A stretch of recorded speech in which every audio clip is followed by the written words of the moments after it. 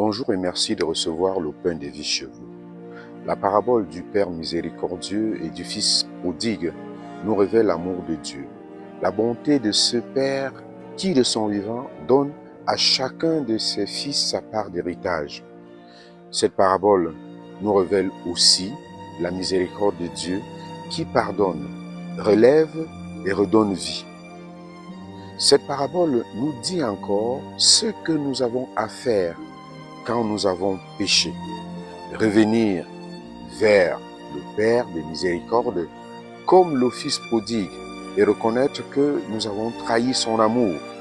Oui, si nous le faisons vraiment, nous sentirons comment le Père, dans son amour de miséricorde, nous serre dans ses bras.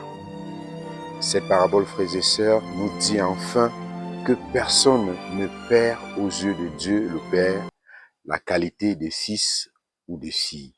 Nous sommes tous cet enfant prodigue que le péché a éloigné de son Père et qu'il n'y a aucun péché qui résiste à l'amour de miséricorde.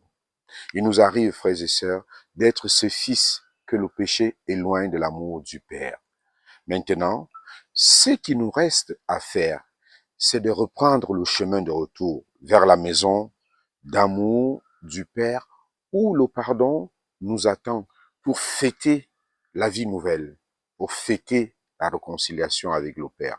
Dieu notre Père de miséricorde nous attend chaque jour pour renouveler avec nous l'alliance d'amour. Loin de cette alliance avec le Père, nous croupissons dans la misère.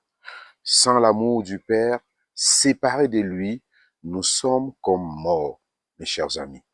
Auprès de lui, auprès du Père de miséricorde, nous sommes comblés de vie, de la vie en plénitude, une vie de fête, une vie de joie, une vie d'amour. Même perdus dans notre péché, le Père ne cesse pas de nous aimer.